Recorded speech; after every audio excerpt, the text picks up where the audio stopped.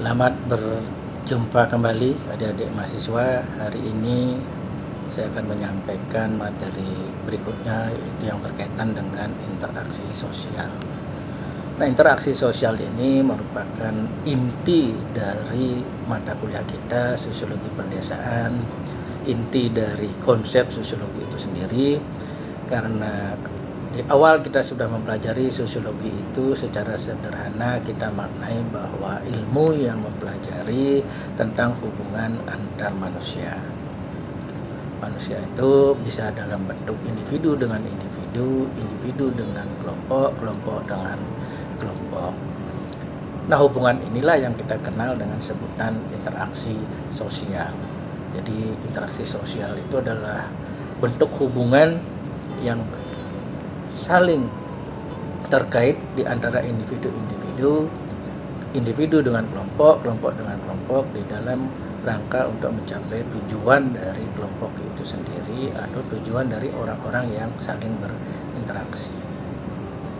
Nah, faktor apa saja yang mempengaruhi proses interaksi sosial ini? Ada dua faktor utama yang mempengaruhi proses interaksi. Yang pertama itu adalah komunikasi sosial, dan yang kedua adalah kontak sosial.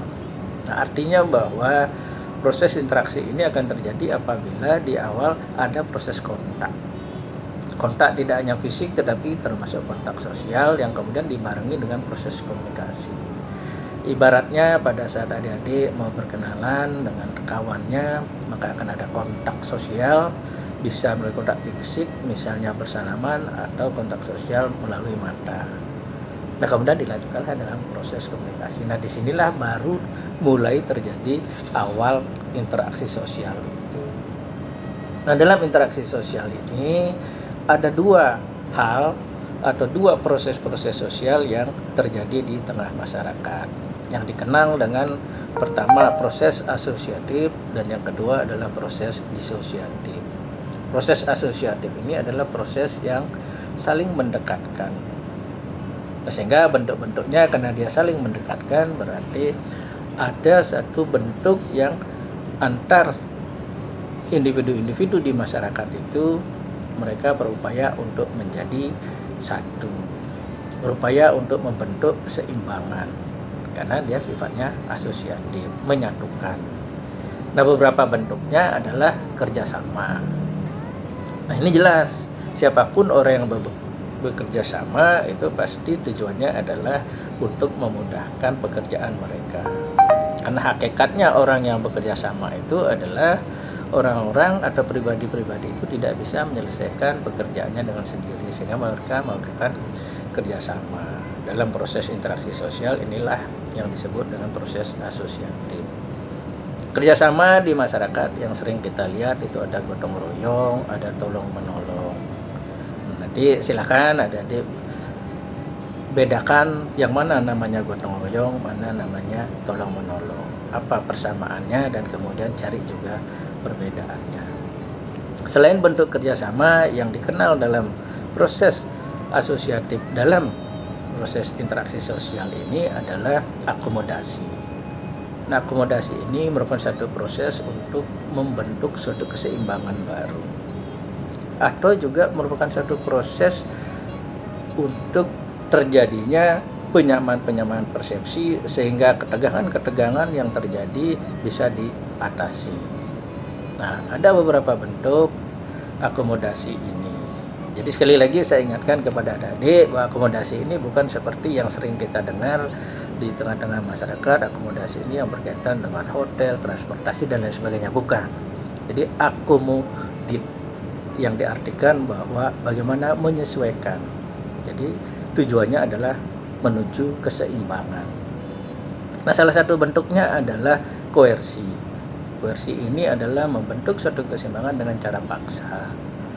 Contoh yang paling real, misalnya ada peraturan, ada undang-undang yang memang itu harus dilaksanakan.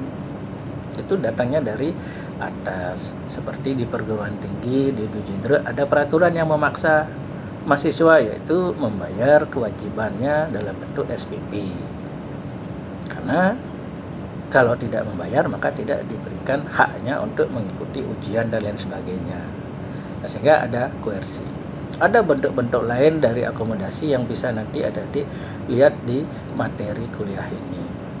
Nah, sebenarnya tujuan dari akomodasi ini sederhana. Yang pertama tadi saya sudah menyampaikan adalah untuk membentuk keseimbangan. Yang kedua adalah membentuk keteraturan.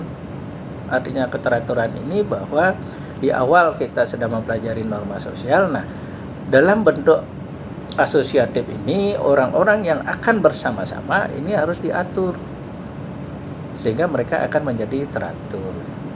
Nah, inilah bentuk-bentuk dari proses asosiatif itu yang ada dalam interaksi sosial. Nah, apakah ini bagus dalam proses interaksi sosial? Bisa orang menyebutkan ini adalah bagus, tergantung dari sudut mana atau dimensi apa yang dipakai dasarnya.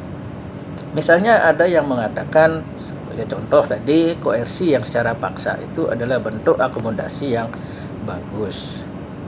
Bagi siapa? Mungkin kalau bagi yang memberikan peraturan itu adalah bagus.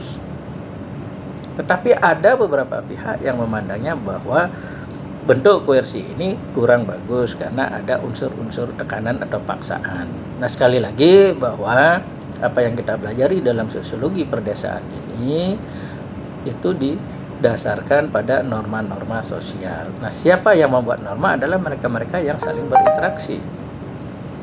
Sepanjang orang-orang yang saling berinteraksi ini kemudian membuat satu kesepakatan dalam bentuk norma atau menjadi aturan hukum, maka apapun bentuknya itu harusnya menjadi satu hal yang positif. Nah, itulah dalam bentuk akomodasi. Misalnya lagi ada yang namanya bargaining. Nah, bargaining ini sering kita kenal bahwa di ranah politik bargaining adalah posisi tawar. Bagaimana tawar-menawar antar satu pihak dengan pihak yang lain. Nah, ini pun juga merupakan bagian dari proses asosiatif. Jadi sekali lagi silakan adik-adik buka materinya, kemudian dibaca lagi proses asosiatif, kemudian didiskusikan apa saja contoh-contoh dari proses disosiatif yang telah diberikan melalui materi itu. Sekian, terima kasih.